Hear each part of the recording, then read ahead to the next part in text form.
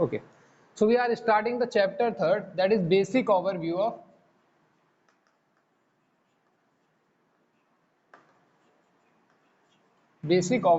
Python, and this is chapter 3rd. What is Python? Python is a programming language.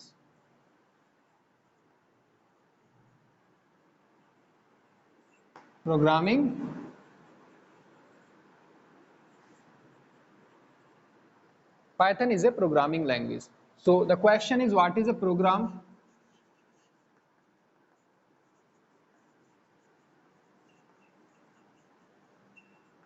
What is a program?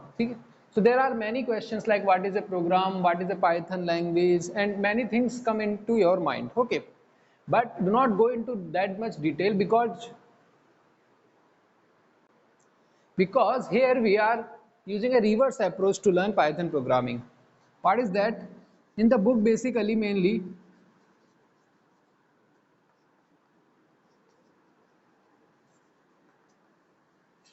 in the book, chapter discusses about various theories about the programming, and then slowly it comes to the practical portion. But we will adopt a reverse approach. We will understand only a few concepts and we will start making programs, and by making programs we will slowly learn the theory. Okay, so from the theory to practical, we will not adopt this approach, we will move from practical to theory. Okay, so we will adopt this approach. So for now, do not follow the book. Okay, I will tell you that now you can follow the book, then only you should follow the book, otherwise you will be get confused. Okay, so our strategy from back to front or from practical to theory or reverse approach will be failed if you follow the book. Okay, so do not do that. Whatever I am saying today, just follow to that.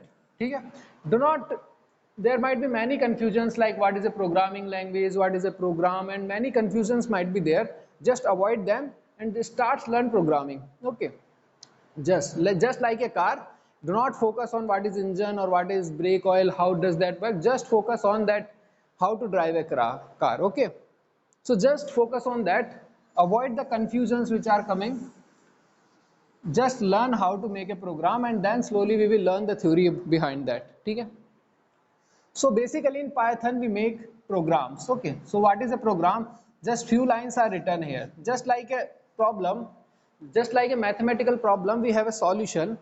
For a mathematical problem we have a solution in some steps, so in program also we have some steps. That's it. And then once we have this program, we just run this program. ठीक है, जब भी हमारे पास कोई programme होता है तो हम उस प्रोग्राम को रन करवाते हैं, जब उसको रन करवाते हैं तो उस प्रोग्राम का रिजल्ट हमारे पास आता है. तो what is a program? Program is basically used to solve some problem, because some problem is there and you have to find some solution. So this program says that how to solve a problem, and after once you have written the program, you have to run that program. That's much you remember for now. So now to run a program, so we basically make a program. Okay, we have made a program. Now your task is to run this program. Okay, so whenever I will run this program, then only the result will come. So the question is how to run a program. To run that program we need a software. To run that program we need a software. So what is that software? There might be different softwares. Okay, like one for a desktop computer, one for a laptop computer. Desktop, laptop is same, but one for a mobile also. So we will see one software, such software for our mobile, that is PyDroid 3. So PyDroid 3 is an Android app. PyDroid 3 is an Android app. You have to install this app, and when you open this app, it will provide you some editor so that you can write a program and then you can run a program. ठीक है, सो आपको क्या करना है कि बहुत सारे ऐसे सॉफ्टवेयर हो सकते हैं जो इस प्रोग्राम को रन करवाते हैं. बेसिकली हमें क्या करना है? प्रोग्राम बनाना है, प्रोग्राम को रन करवाना है. ठीक है, दो ही चीजें होती है. प्रोग्राम होता है, प्रोग्राम को पहले लिखते हैं और फिर उसके बाद उस प्रोग्राम को रन करवाते हैं. ठीक है, तो रन कराने के लिए हमको चाहिए एक सॉफ्टवेयर चाहिए होता है जहां से वो उसको रन कराएगा. ठीक है, तो वो सॉफ्टवेयर जो है मोबाइल में भी हो सकता है आपके, और वो आपके कंप्यूटर में भी हो सकता है। कंप्यूटर वाले के बारे में बाद में बात करेंगे। अभी आपको क्या करना है, आपके मोबाइल में एक सॉफ्टवेयर आएगा, वो आपको इंस्टॉल करना है। आपको एंड्रॉयड ऐप आएगा एक, वो आपको अपने मोबाइल में इंस्टॉल करना है। उसका नाम है PyDroid 3।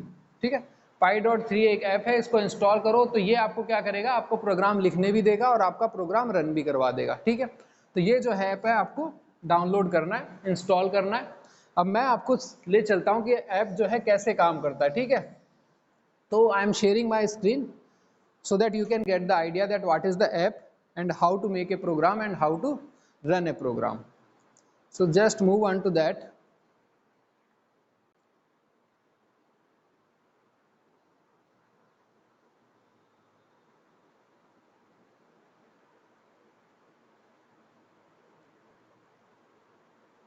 So now you can see on the screen this app is here, Py3. The name is written PyDroid 3. Okay, so Py3 is the app. The logo of the app is Py3, name is PyDroid 3. When you click on this app, a blank screen will appear. Okay, here in the blank screen I have written something like x equal to 5, print 5 and print x. This is the statement that I have written, but when you install an app, the blank screen will appear. So if you write this program, so okay, so you have to write this program. Suppose you have installed the app, you have opened the app and you have written this statement. This is a program. Okay, and now how you will run, you just click on this yellow button. If you click on this yellow button, then this program will be run. So suppose now I am clicking and this I have clicked. Now this is the output. So what this program is doing is, this program is printing 5 values. So this program is printing 5 and again it is printing 5. So this way we run the program. Now move back.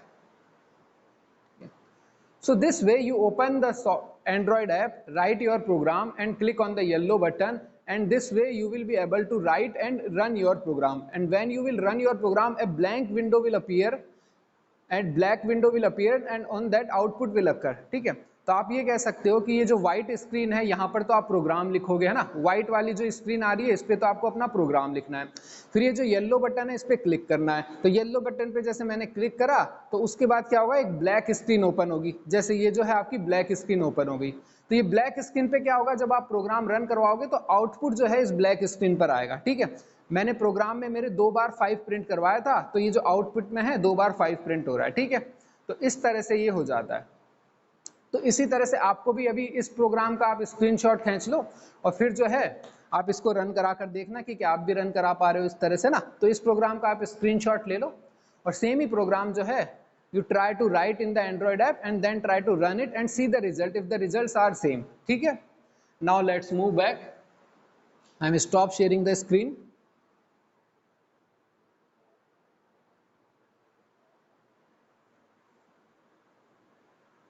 Okay, so this was how to write a program and how to run a program. So the basic step we have seen, that install a software, install this PyDroid 3 software, that it is an Android app in your mobile, and write your program there and run your program there. Okay, so that's it. So steps are very much clear. Now you are able to run a program, but now just you have to look that what are the different programs and how to write a program.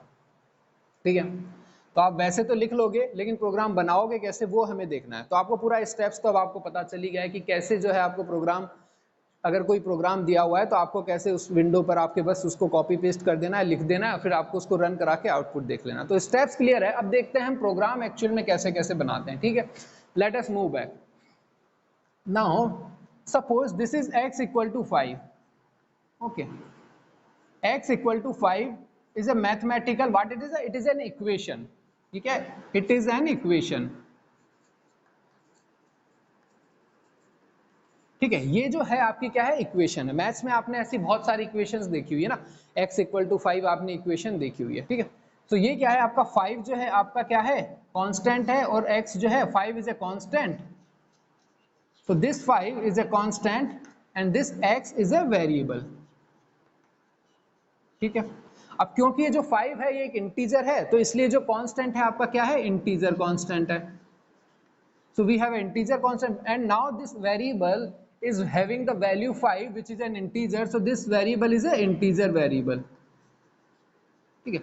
So in mathematics we basically use integer constants and integer variables. Okay, only these two types of things we use. One is integer constant and another is integer variable. ठीक है. And now in programming we will see that we will also use string integers and string constants. So what is an string? So these 2, 3, 4, these are basically integers. ठीक है. Now strings are like this, like NBF is a string, okay, and school is a string. So basically these are character combinations are strings. So NBF is a string, school is a string. So you can see the clearly difference that integers are 2, 3, 4, 5, any integer numbers, and any character combination is a string. So basically now in our programming there are two types of constant. One is integer constant and another is string constant. And similarly we have two types of variable. One is integer variable and another is string variable. So if I write x is equal to NBF, then x will be equal to NBF is a string constant and x is a string variable. ठीक है. NBF is a string constant and x is a string variable. And if I write x is equal to 5, 5 is a integer constant and x is a integer variable. ठीक है. Now see, I am writing, you can note that down. So basically there are three things in our program. Okay, there are three things in our program. One is constant. So one thing is constant. Constants might be integer, constant might be integer, and the constant might be strings also. ठीक है. Integers भी हो सकते हैं और strings भी हो सकते हैं. ठीक है. Similarly we have second thing is variables. Variables भी क्या हो सकते हैं आपके? इंटीजर्स भी हो सकते हैं. Variables also can be integers और variables can also be strings. ठीक है. अब देखो कांस्टेंट इंटीजर्स क्या होते हैं, वही मैथ्स वाली चीज है. Like 2 is an integer and similarly comma लगा के और सारे वेरिएबल्स इन कांस्टेंट, जैसे 3 is a constant integer and 4 is a integer, 5 is an integer. तो जो इंटीजर्स होते हैं ना, हम तो मैं एक ही वर्ड लिख लेता हूं आपके. तो जैसे इंटीजर क्या हो गया आपका? 5 जो है आपका एक इंटीजर हो गया ना, ये एक इंटीजर कांस्टेंट है. स्ट्रिंग कांस्टेंट क्या होता है? जैसे नेम हो गया ना, कोई भी कैरेक्टर कॉम्बिनेशन हो गया. तो जैसे ये NBF है, ये क्या है आपका? स्ट्रिंग कांस्टेंट है. लेकिन होता क्या है कंप्यूटर में, प्रोग्रामिंग में, जब भी आप स्ट्रिंग कांस्टेंट यूज करते हो तो आप क्या करते हो कि इसके अराउंड जो है ऐसे कोट्स लगाते हो ना. देखो इस चीज को बोलते हैं कोट्स. ठीक है. मैं यहां पर लिख देता हूं कि ये जो होता है आपका होता है सिंगल कोट, है ना. जैसे आपका कोई कैरेक्टर है X और ये आपने कोट लगाया तो इसको बोलते हैं सिंगल कोट, QUOTE. ठीक है. और अगर आपने ऐसे डबल कोट लगा रखा है तो ये वाला होगा आपका डबल कोट. ठीक है. तो जब भी आप कोई कांस्टेंट स्ट्रिंग कांस्टेंट यूज करोगे तो उसके आगे या तो सिंगल कोट लगाओगे, आगे पीछे या तो सिंगल कोट लगाओगे या फिर डबल कोट लगाओगे. ठीक है. ये लगाएंगे ही हमेशा. तो जो आपका या तो ऐसे लिख दो इसको, है ना, तो आपका स्ट्रिंग कांस्टेंट क्या होगा? तो x, ये आप फोटो खींच लिया करो ना, इसकी फटाफट लिख लिया करो. ठीक है. तो या तो देखो आप NBF लिखोगे या फिर आप क्या लिख सकते हो? डबल कोट्स भी लगा सकते हो ऐसे NBF, है ना. ये वाला भी आपका हो गया. ठीक है. ठीक है. तो ये वाला हो गया आपका. तो इस तरह से आपके जो होंगे स्ट्रिंग कांस्टेंट ऐसे लिखे जाते हैं और आपके जो इंटीजर कांस्टेंट है वो ऐसे लिखे जाते हैं. ठीक है. तो जब भी आप अपने प्रोग्राम के अंदर कोई इंटीजर कांस्टेंट लिखोगे वो तो डायरेक्ट ऐसे लिख दोगे, जैसे मैंने 5 लिख दिया या फिर जैसे मैंने 125 लिख दिया है ना, या फिर 64 लिख दिया. ये सब क्या है? ये सब इंटीजर कांस्टेंट्स हैं. ठीक है. और इसी तरह से जो है मैं स्ट्रिंग कांस्टेंट लिख सकता हूं. NBF लिख दिया, NBF लिख दिया, है ना, या फिर कोई नाम लिख दिया, जैसे किसी का नाम लिख दिया, अमन लिख दिया ना. या तो मैं सिंगल कोट यूज करूंगा या फिर जो है डबल कोट यूज करूंगा. अरे प्लीज, अरे सुनांशु प्लीज. ठीक है. तो या तो जो है मैं सिंगल कोट यूज करूंगा या फिर जो है मैं डबल कोट यूज करूंगा उसके अराउंड. ठीक है. तो इस तरह से जो है आप इंटीजर कांस्टेंट लेते हो और इस तरह से आप स्ट्रिंग कांस्टेंट लेते हो. ठीक है. ये बेसिकली कॉन्स्टेंट्स को ही हम वैल्यूज भी कहते हैं,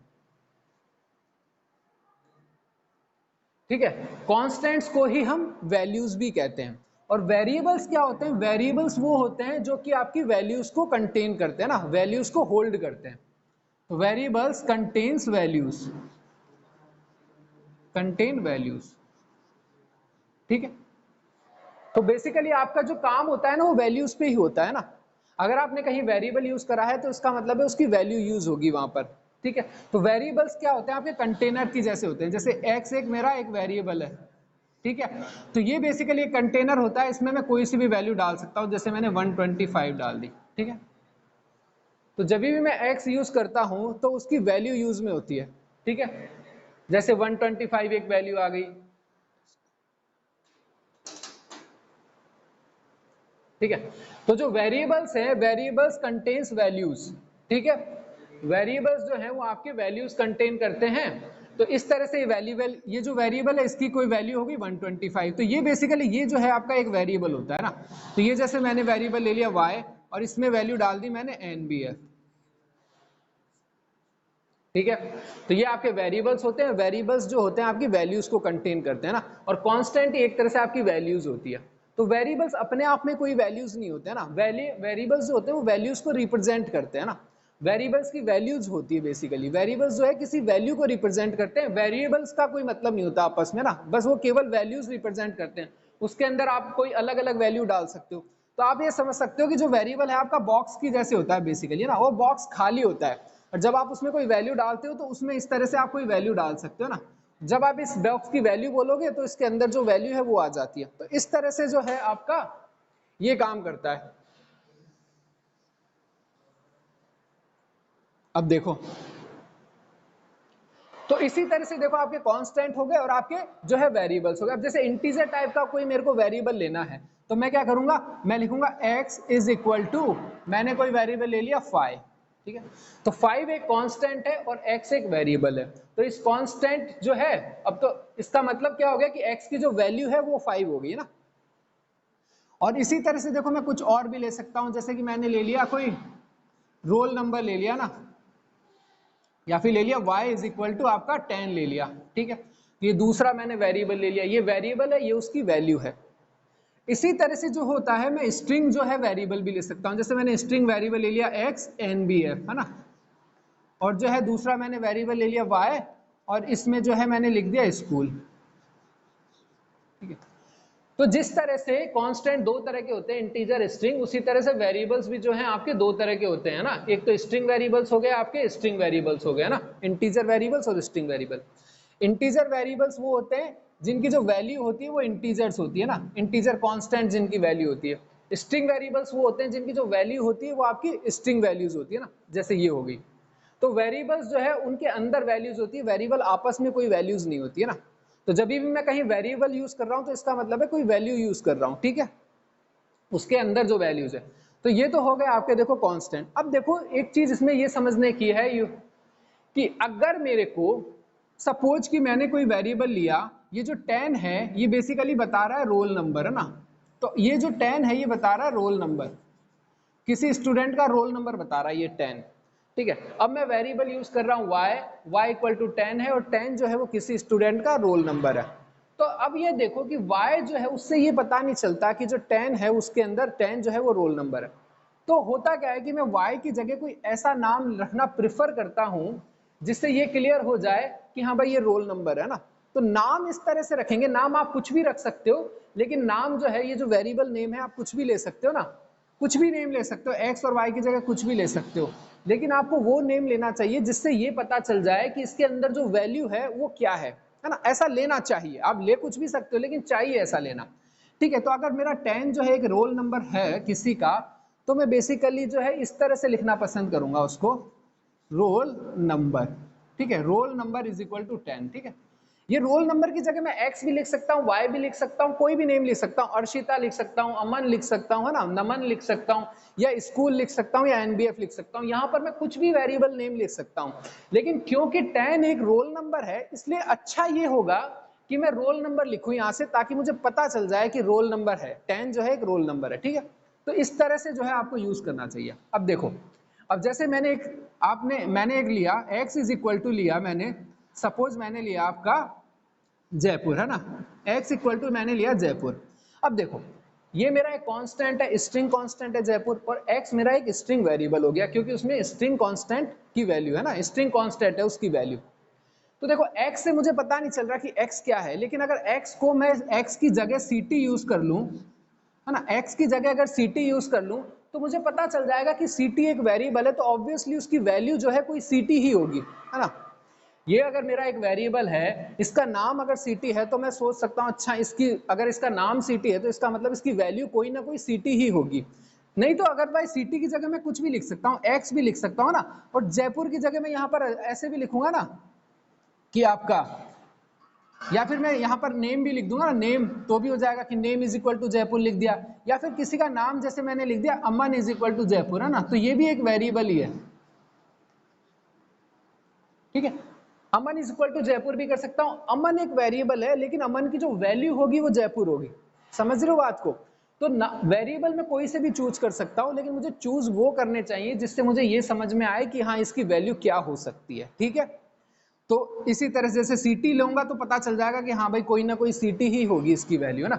x से तो पता ही नहीं चलेगा कि x क्या है, नेम से भी नहीं पता चलेगा। जैसे अमन मैंने वेरिएबल ले लिया और वैल्यू इसकी जयपुर है ना, तो ये कितना गलत मैंने यूज करा है, लेकिन सही है ना, प्रोग्राम में कोई एरर नहीं आएगी, लेकिन समझने में दिक्कत आएगी कि नाम वेरिएबल नेम में अमन ले रहा हूं जो कि किसी का नाम है, लेकिन उसकी वैल्यू जयपुर है, तो ये कंफ्यूजन है।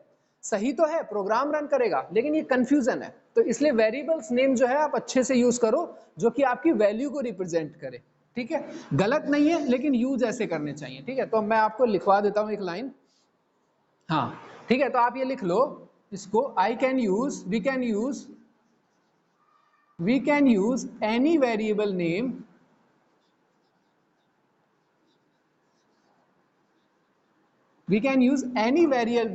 but we should use variable names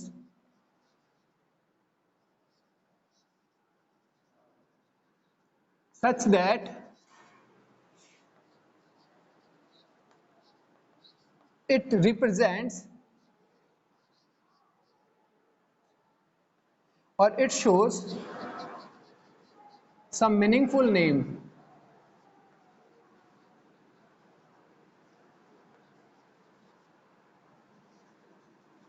for the value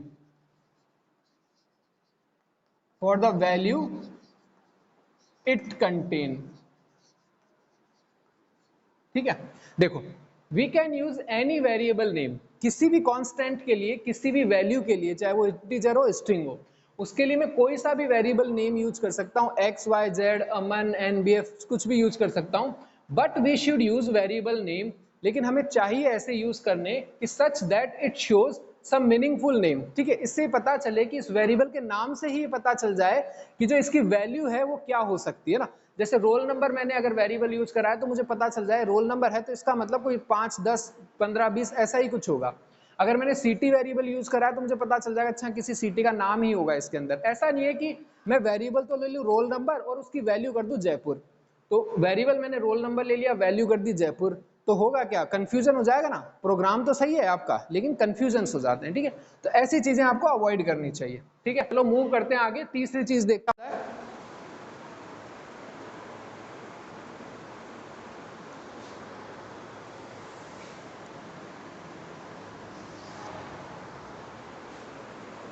net he disconnect हो जाता है। हाँ चलो ठीक है, तो ये तो मैं हटा देता हूं, आपने फोटो खींच ली होगी, नेटवर्क का इश्यू है ना। देखो अब थर्ड चीज है कि ये तो हो गए, देखो ये चार चीजें हमारे अंदर होगी, एक तो इंटीजर कांस्टेंट होगा, एक स्ट्रिंग कांस्टेंट होगा, एक इंटीजर वेरिएबल होगा, एक स्ट्रिंग वेरिएबल होगा, है ना। वेरिएबल जब भी आप नाम कुछ भी चूज कर सकते हो, लेकिन आपको वो चूज करना चाहिए जिससे आपकी वैल्यू का पता चल सके कि क्या उसकी वैल्यूज है ना। और जब भी हम स्ट्रिंग कांस्टेंट यूज करेंगे तो उसके सराउंड में हम कोट्स यूज करेंगे, या तो सिंगल कोट यूज करेंगे या डबल कोट यूज करेंगे, जबकि इंटीजर कांस्टेंट में हम कोट्स वगैरह का यूज नहीं करते, ठीक है। वेरिएबल अपने आप में कुछ भी नहीं होते हैं, उनके अंदर वैल्यूज होती है और वैल्यूज की इंपॉर्टेंस होती है, ठीक है। अब तीसरी चीज क्या होते हैं, देखो इसके अंदर तीसरी चीज होते हैं हमारे फंक्शंस, ठीक है। फंक्शंस क्या होते हैं, जब भी ये जो वेरिएबल नेम्स मैं यूज करता हूं ना, अगर जैसे मेरा वेरिएबल नेम है x, ठीक है, इस x के आगे अगर मैं ऐसे पैरेंथेसिस लगा दूं तो ये जो है मेरा एक फंक्शन हो जाता है, ठीक है। अगर ये जैसे मेरा एक वेरिएबल नेम है ना, उस वेरिएबल नेम के आगे अगर मैंने ऐसे फंक्शन का लगा रखा है, इसको बोलते हैं फंक्शन का साइन होता है ना, ये पैरेंथेसिस बोलते हैं इसको। इसको क्या बोलते हैं? पैरेंथेसिस, ठीक है, PARENTHESES, पैरेंथेसिस बोलते हैं ना। ये वाला जो है आपका लेफ्ट पैरेंथेसिस होता है, ये वाला आपका राइट पैरेंथेसिस होता है। तो किसी भी वेरिएबल नेम के आगे अगर मैं इस तरह से पैरेंथेसिस लगाता हूं, ठीक है, तो इसका मतलब वो एक फंक्शन है ना, इसका मतलब वो एक फंक्शन है। अब देखो फंक्शंस जो है, पहले से ही हमको बहुत सारे फंक्शंस दे रखे हैं लाइब्रेरी के। सर वीडियो क्लियर नहीं है? वीडियो तो क्लियर होना चाहिए, फिर नेटवर्क का इश्यू होगा।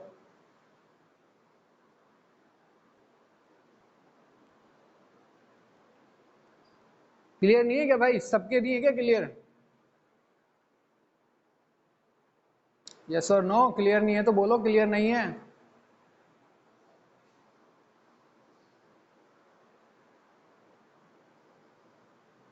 क्लियर है? क्लियर है भाई, चलो, है ना। किसी के फिर आपकी तरफ से होगा इश्यू, अभी हमारी तरफ से नहीं है। चलो फिर स्टार्ट करो ना। तो देखो ऐसे फंक्शंस क्या होते हैं कि ये जो फंक्शन होते हैं, फंक्शन है ना, फंक्शंस में क्या होता है कि फंक्शंस क्या होते हैं, जैसे कि ये देखो कि फंक्शन क्या होता है, आपके कंप्यूटर की तरह होते हैं ना, उसमें कुछ आपका इनपुट आता है ना, और वो कुछ उसको प्रोसेस करते हैं and it gives the output, ठीक है। So function is just like a computer. You can imagine like that. Okay. So function is just like a computer. It takes some input, process it and gives some output. ठीक है। तो function जो है आपका एक computer की तरह ले सकते हो आप। इनपुट लेंगे, उसको प्रोसेस करेंगे और कुछ आपका आउटपुट देंगे, ठीक है।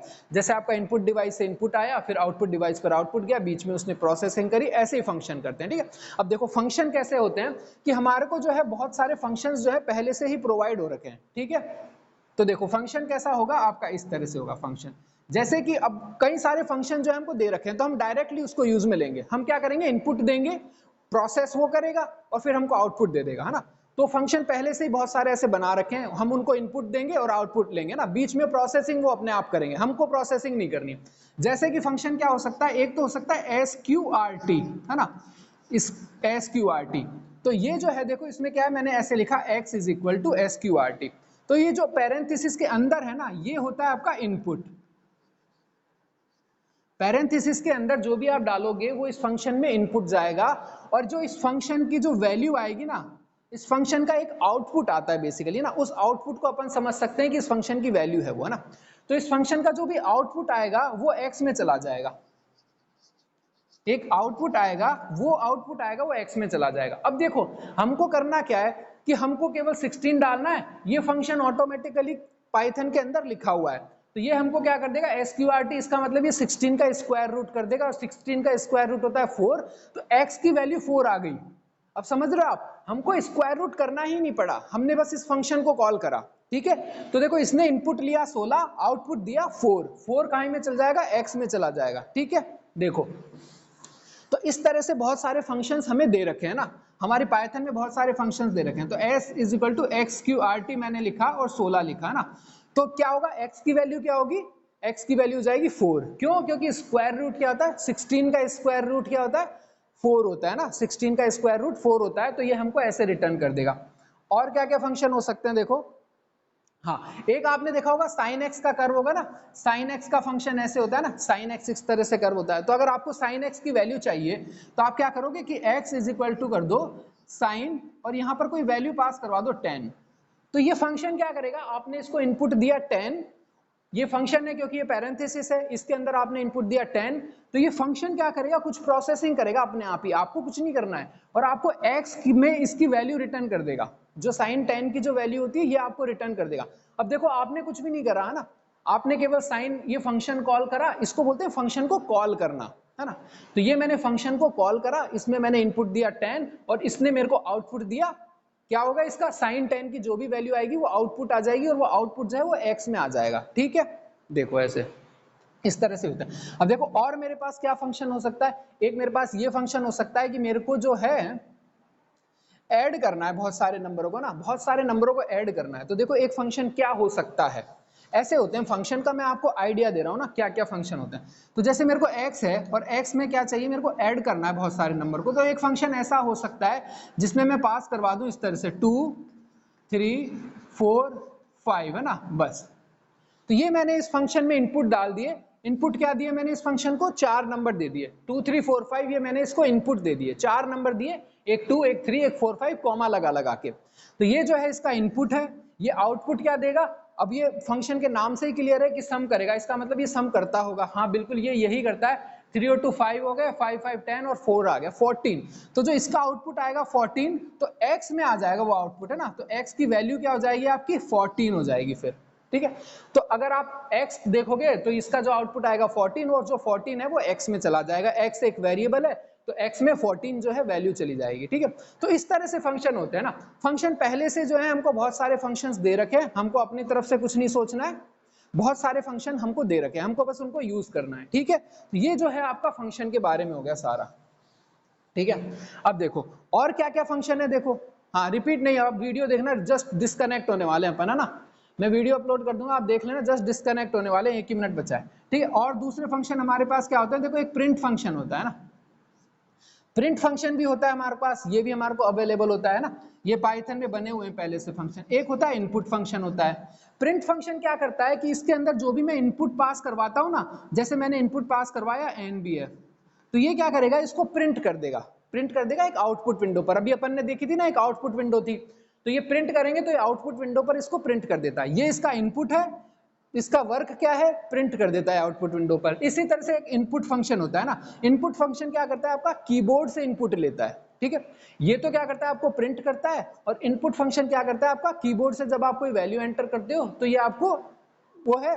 तो अगर आप करोगे x इज इक्वल टू कुछ, तो ये क्या करेगा, आपसे कीबोर्ड पर ले जाएगा आपको, है ना, आउटपुट विंडो पर ले जाएगा। जैसे ये फंक्शन, जैसे ये स्टेटमेंट कॉल होगा, ये आपको आउटपुट विंडो पर ले जाएगा, वहां पर जैसे ही आप कुछ भी वैल्यू एंटर करोगे वो वैल्यू x के अंदर आ जाएगी, ठीक है। तो ये इनपुट फंक्शन का काम होता है। ये क्या करता है, आपको आउटपुट विंडो पर कीबोर्ड के थ्रू कोई नंबर एंटर करवाता है, फिर जैसे ही आपने कोई नंबर या नाम कुछ भी एंटर करा तो वो जो है x में चला जाता है। ये इस फंक्शन का काम होता है। प्रिंट फंक्शन का क्या काम है, जो भी आप इसको अंदर वैल्यू पास करके दोगे वो इसको प्रिंट कर देता है। तो ये जो अलग अलग फंक्शन है, ज्यादातर हम ये 2 ही फंक्शन का यूज करेंगे, ठीक है। तो जो मैंने पहले आपको प्रोग्राम दिखाया था ना, आप उसको रन करा कर देखना, फिर हम अगली क्लास में स्टार्ट करते हैं, एक एक प्रोग्राम बनाना स्टार्ट करेंगे, अगली क्लास में बहुत सारे प्रोग्राम बनाएंगे। आप अभी जो मैंने पहले जो प्रोग्राम दिखाया था पाइड्रॉइड में, वो करना।